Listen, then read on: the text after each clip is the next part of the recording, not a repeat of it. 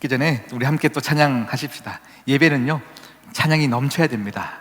아멘.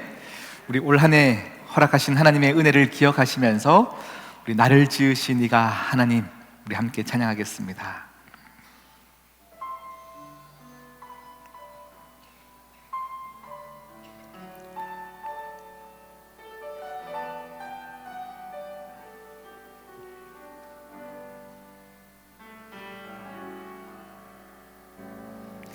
나를 지으신 이가 하나님, 나를 부르신 이가 하나님, 나를 보내신 이도 하나님, 나의 나 된 것은 다 하나님 은혜라. 나의 달려갈 길 다 가도록, 나의 마지막 호흡 다 하도록, 나로 그 십자가 품게 하시니, 나의 나 된 것은 다 하나님 은혜라. 아멘 아멘. 한량없는 은혜, 한량없는 은혜, 갚을 길 없는 은혜, 내 삶을 애워싸는, 내 삶을 애워싸는, 아멘. 하나님의 은혜, 하나님의 은혜,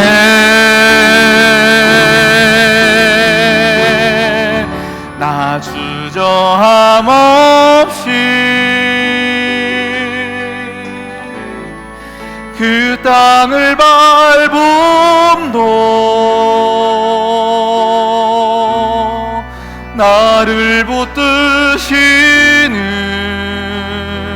하나님의 은혜, 하나님의 은혜, 한량없는 은혜, 나에게 새해를 주신 하나님의 은혜, 한량없는 은혜. 아멘. 주님 감사합니다.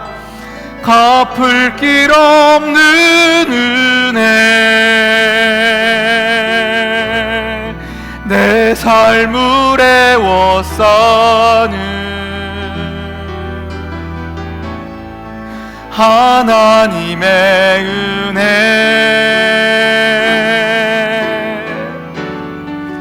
나 주저함 없이 그 땅을 밟음도 나를 붙드시는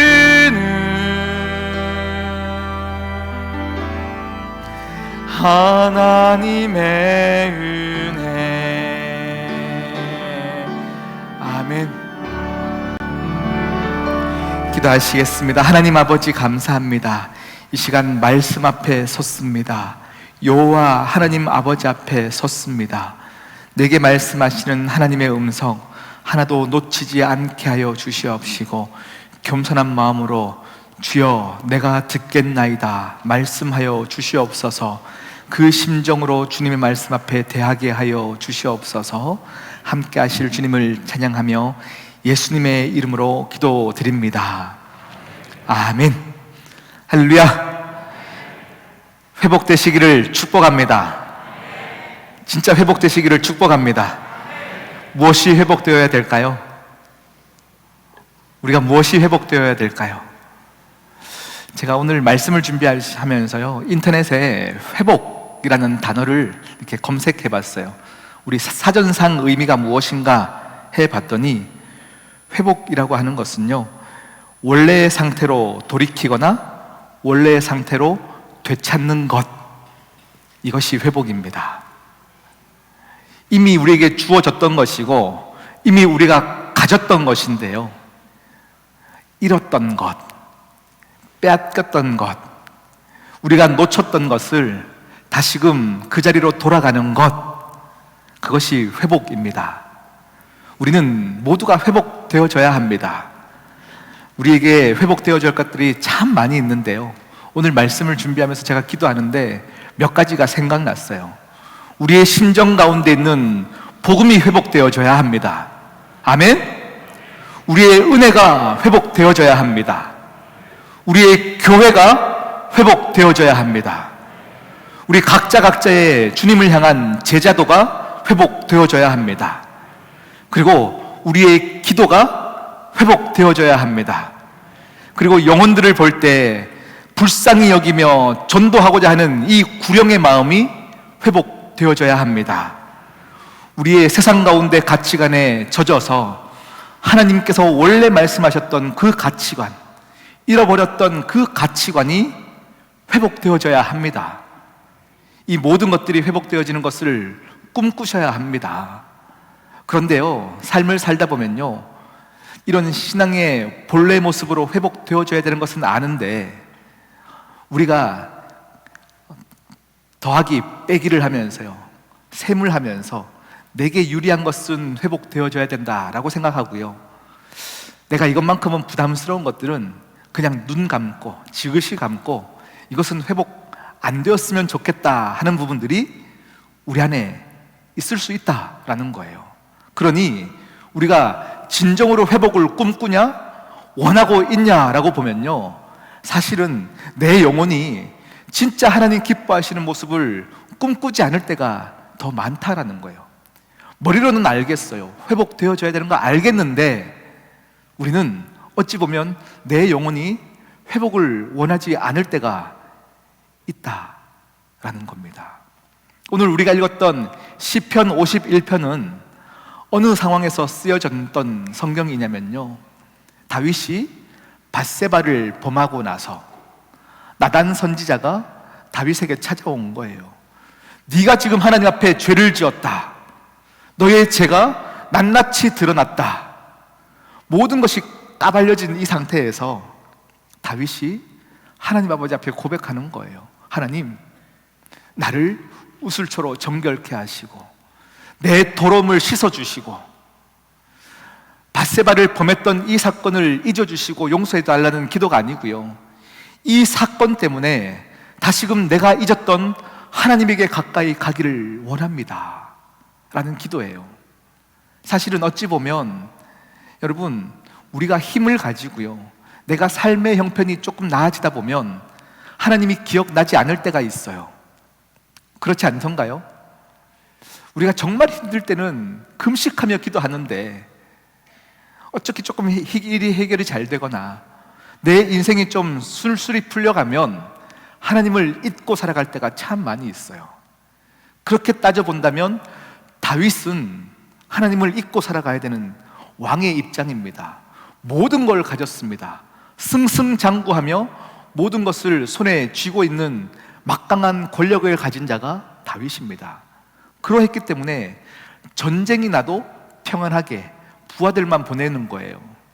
부하들만 보내고 평안하게 있으면서 봤더니 밧세바가 모욕하는 게 보이는 거고, 죄를 짓기로 결정한 만큼 그 마음에 여유가 있었던 사람이 다윗입니다. 그런 여유가 있고 힘이 있으면요, 나단 선지자의 죄에 대한 고발을 사실은 가벼이 여길 수 있어요. 그런데 다윗이 참 위대한 믿음의 조상인 이유는 모든 것을 가졌으나 회복을 꿈꾸지 않을 수 있으나 하나님께서 말씀하실 때에 순복하며 이 회복의 자리로 나아가더라 라는 것입니다. 할렐루야. 여러분, 우리가 진짜 하나님 기뻐하시는 회복의 모습이 여러분이 원하는 모습일 수도 있고 여러분이 원하지 않는 모습이 회복일 수도 있어요. 그런데 오늘 주여, 회복하는 마음을 내게 주시옵시고 자원하는 심정을 내게 주시옵소서, 우리 교회 가운데 회복시켜 주시옵소서라는 이 고백은 성도들이 많이 와서 교회가 막 차고 넘치는 회복이라면 누구라도 원할 것 같아요. 누구라도 원할 것 같아요. 그런데 혹 내가 정말 미워했던 사람들이 오게 되어지는 회복이라면 그 회복은 원하지 않을 수도 있어요. 그런 회복이라면 하나님, 나 원치 않습니다. 눈 감고 싶습니다.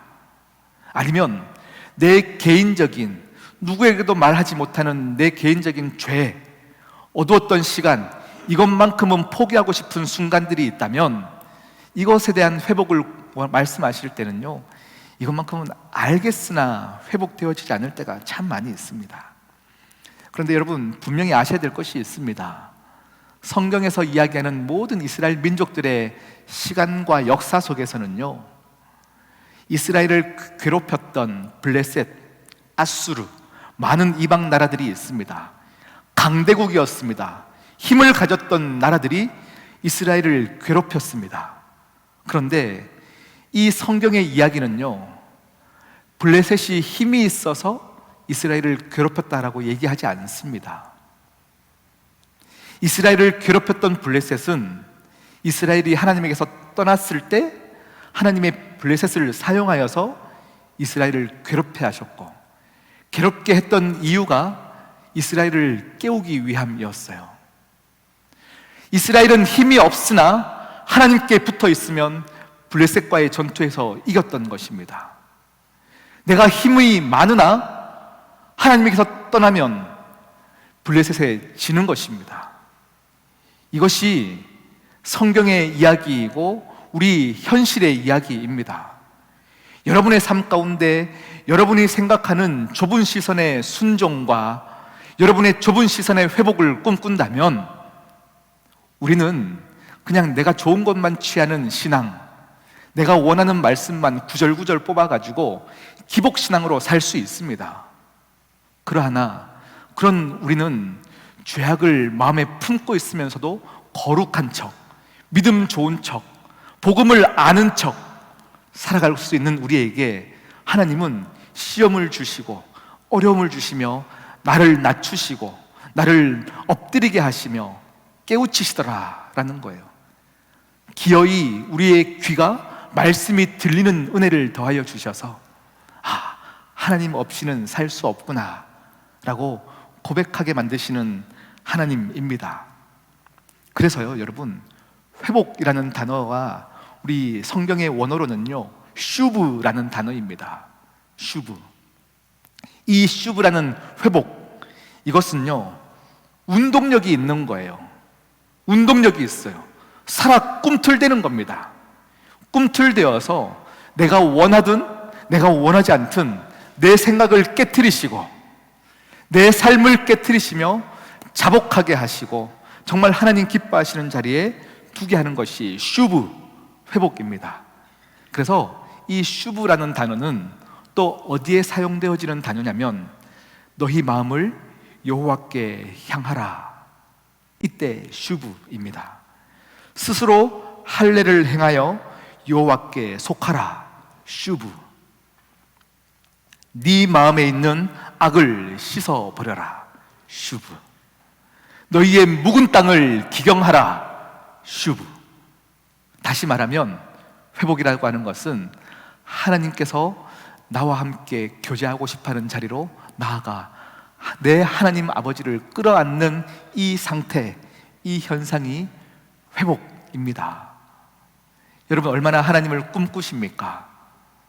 우리는요, 잘 먹고 잘 사는 것에 집중하여 살아가나 하나님은 하나님 잘 믿는 자에게 더 좋은 것을 주시며 길을 열어주시는 하나님이십니다. 그 하나님을 신뢰하십시오. 아멘. 제가 설교를 준비하면서요, 많은 자료들을 이렇게 보는데요, 이런 단어가 있더라고요. 오버뷰 이펙트라는 단어가 있어요. 오버뷰 이펙트라는 단어. 이 단어가 우리나라 말로 하면 조망 효과라는 단어이고요. 이 단어는 우주로 여행하는 우리 우주사들이 비행기를 타고요, 지구를 벗어나서 우주에서 바라봤던 지구, 우주에서 바라봤던 내 삶의 터전, 그것을 보고 난 뒤에 높은 곳에 가봤더니 그 큰 그림을 보고 났더니 내게 주어졌던 자리와 내게 주어졌던 생각들이 얼마나 작은지를 깨닫게 되어지고 가치관이 변화되어지는 그 변화를 오버뷰 이펙트라고 이야기합니다. 참 아둥바둥 살았고, 참 누군가를 미워했고, 내 것을 지키려고 했고, 이 자존심 때문에 허락지 않아서 전쟁이 일어났고, 나라와 나라의 기근이 있으면서 국경이 선이 그어졌고, 이 모든 것들이 결국 높은 곳에 올라와 봤더니 아무것도 아니더라라는 거예요. 이거 정말 아무것도 아니구나. 인간의 한없는 욕심 가운데 우리는 신뢰할 수 없고 사랑할 수 없는 것, 높은 곳에 올라와 봤더니 정말 이것이 헛되고 헛된 것이었구나 깨닫게 되어지는 것, 이것이 오버뷰 이펙트. 다시 말하면 하나님의 구원의 감격 가운데 놀라운 크신 하나님을 만나고 나면 우리의 신앙의 욕심과 하나님 이것저것 해주세요라고 했던 내 간구가 얼마나 작은 줄 알아서 그 구원의 즐거움 가운데, 큰 그림 가운데 일하시는 하나님, 위대하신 주, 찬양의 위대하신 주, 위대하신 하나님, 나를 향하여서 그냥 잘 되는 길을 뛰어넘어서 이 세계를 변화시키면서 우리 한 명 한 명의 믿는 자들을 다 운행하시는 하나님의 위대하신 큰 그림을 보고 나면요, 내 안에 자존심의 문제가 아무것도 아니에요. 내 안에 미움의 요소들이 아무것도 아닌 거예요. 이것이 깨달아지면, 이 구원의 즐거움이 회복되어지면 우리는 그 다음에 생겨지는 그 우리의 결단이 무엇이냐면 하나님 아버지를 향한 자원하는 심령이 생겨난다라는 거예요. 이 자원하는 심령, 이것은요, 하나님의 그 크신 구원의 감격 가운데 내가 더 하나님 만나고 싶다, 하나님께 나아가고 싶다, 나도 모르게 내 발걸음이 먼저 교회를 향하고 있는 이 자원의 심령, 이것은 하나님의 영적인 질서입니다. 올 한 해 여러분이 이런 자원하는 심령들이 많아지시기를 진심으로 축복합니다. 여러분, 회복을 위해서 여러분이 생각하는 작은 틀들을 깨트리기 위해서는 가장 먼저는 순종함이 있어야 돼요. 우리 창세기 16장 9절 말씀을 한번 보기를 원합니다. 창세기 16장 9절 함께 읽겠습니다. 시작. 여호와의 사자가